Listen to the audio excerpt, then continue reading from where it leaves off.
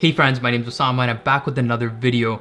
Today I'll be talking about one of the hottest topics in the global nuclear industry, which is 3 letters, Small Modular Reactors, or SMRs.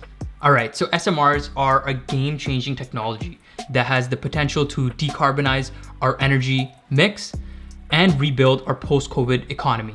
Now, countries across the world are exploring this technology, like Canada with its SMR action plan, and also other nations like China, Korea, Russia, India, and Argentina. In this video, I'll talk about this new generation of reactor technology. Why is it different? And how does it have the potential to change our world? Why is this small guy getting all the limelight? And why does size not always matter? Well, if you want to know, let's find out. Let's start off with what is an SMR. And number 1 is the S, so small. Countries and nations across the world are very energy hungry. There is a trend, an exponential rise in energy consumption across the world. Why are we going small? Well, the reason why is because one size doesn't fit all. Now, all SMRs aren't necessarily small. They come in different sizes. There's a very small modular reactor size, 5 to 15 megawatt design.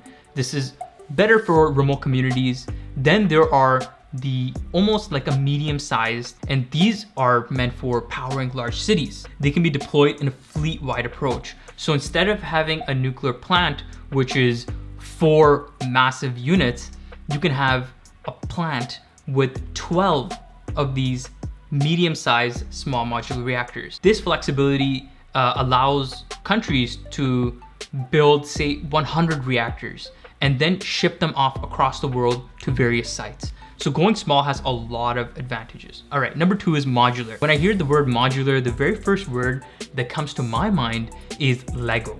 All right, and Lego because it's easy to assemble. The reason why it's easy to assemble is because these reactors will not be produced on outdoor sites. Rather, they will be produced in factories. And factories, for example, Tesla's factory system uses a lot of automation. And what you'll see is it not only drives down cost, but also has the benefits of improving quality. At the moment, nuclear plants take a whopping 7 years on average to build. And if you're lucky, a lot of the Asian nations like China or Korea have brought that number down to 4 years. These plants take a while to build, and with the energy demands from developing nations, at times they're hesitant in adopting nuclear power because of the sheer amount of time they have to wait till they have power plant running. But with SMRs, you deploy on site and you start almost immediately, very little construction. How is this technology any different from conventional nuclear plant? The answer is that it's not very different. Both reactors, SMRs and conventional reactors, will use nuclear fission, and nuclear fission has been known world-renowned for its safety, its cost effectiveness in the long run, and also the minimal amount of waste that's produced. These reactors, since they're small and modular, they have the flexibility of trying out new designs like molten salt, lead-cooled, thorium fuels, or even pebble bed designs. Let's jump into the second part of this video, which is why are SMRs important? Well, number 1, like I discussed with the small and modular aspect, is that they involve lower capital investment costs. And in the past, governments pretty much took on the bulk of these investments. So if you wanted to start a plant, not everyone, unless you're Bill Gates, has $24 billion in your pocket. With SMRs, this new venture will be both private entities and also government venture. So governments and private entities can really partner up and start investing in these technologies. And what this does is the benefits are, number 1, you're both sharing risk. Number 2, you're also sharing profits. Countries across the world start developing their regulatory frameworks. You'll see that more private companies will jump on board. Small modular reactors will become a private-driven enterprise. Another benefit with lower capital investment cost and having private companies jump on board is overall dependence on fossil fuel will actually decrease. SMRs are meant to provide a cost-competitive, non-carbon option for energy. Okay, so this is has a lot of benefits to developing nations and helping them reach the Paris Climate Agreement Accord. So number 2 is incorporate enhanced safety features. Now, this is not to say that modern day reactors are unsafe. That's not true.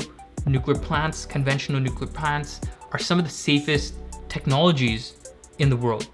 But when you go small, you have the ability to incorporate a lot of passive safety features in the design, such as natural convection of water instead of large-scale pumps. So this actually drives down cost and increases safety. Also, because of the small size, these reactors can be deployed underground, which provides more natural protection from earthquakes, tsunamis, sandstorms, and other man-made hazards like aircrafts. Lastly, you'll see the application of these SMRs extends not only to power production, but also to off-grid communities, okay?